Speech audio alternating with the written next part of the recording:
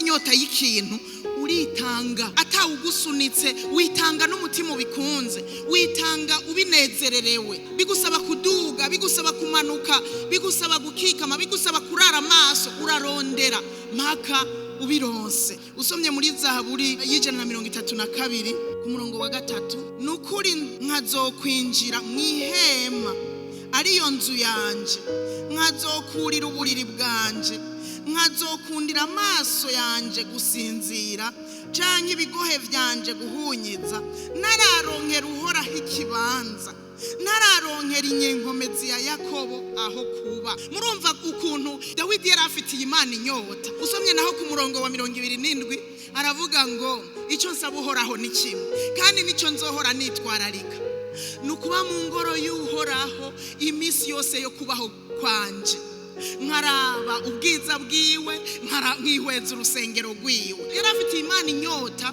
ku buryo bimusunikira kuba mu nzu y'Imana. Mwari muzi yuko kuba mu nzu y'Imana kwawe bivana n'inyota ufise. Buryo umuntu afise inyota ntawe wo muzibira kuza mu nzu y'Imana.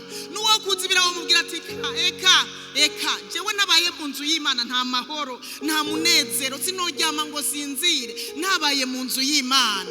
Rero iyo utaza mu nzu y'Imana birashoboka yuko atanyota ufise y'Imana, kuko Dawidi nta kindi yaje kurondera mu nzu y'Imana. N'abaherezi yabagiye kuraba, nta muntu n'umwe yabagiye kuraba, yabagiye guhura n'Imana yiwe, yabagiye aho Imana iba, mu nzu yahebewe Imana, agiye kuraba Imana. Iyo uje mu rusengero uze utaje kuraba umuntu n'umwe, uvuga ngo ya ngori kwitirirwa, hamwe hitirirwa izina ryawe, niho ngiye, ndagushaka, ndakunyotewe, ndakwifuza, ni wewe ngomba. Ndibuka ngikizwa, naragize inyota y'Imana ku buryo ntashobora gushika muhira aciye mu rusengero.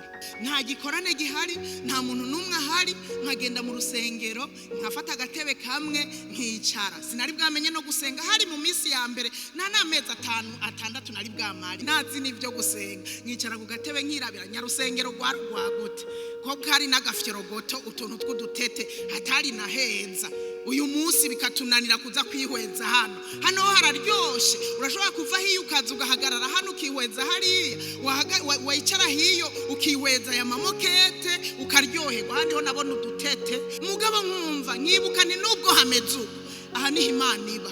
Nkahaca nkicara nkumva ndaryohewe, nkumva mu mutima amerewe neza kubona nicaye aho mu rusengero. Rero kubera pastori yaba ku rusengero, hanyuma pastori hari igihe yasohoka agaca avuga ngo yo nguri ngaha, agaca avuga ngo Imana iguhezagire, nurakoze. Aca niruka nezerewe, arampezagiye ubuhondose vyose, nkaca nahanezerewe nguwe neza. Nahacishwa n'inyota. Nuba afise inyota itagira uko ingana, nukaze mu rusengero kubera abantu, nukaze mu rusengero kubera ikintu, ingo mu rusengero kubera Imana, uze kumviriza ubwiza bwiwe, kuba mu bwiza bwiwe, kuba mu kubaho kwiwe. Haleluya! Muri uko kubaho kwiwe hari inkomezi. Dawidi aha muri Zaburi ya 27 afashe iyo ngingo ngo ico nsaba uhoraho nukuba mu ngoro yiwe. Ku murongo wa 5 haca havuga ngo kuko ku munsi w'amagorwa azonzigama ababa mu nzu y'Imana, abafise inyota y'Imana, nukurira abana nabo, mbere no ku munsi w'amagorwa ikababa hafi, ku munsi w'ibibazo ikabatabara. Haleluya!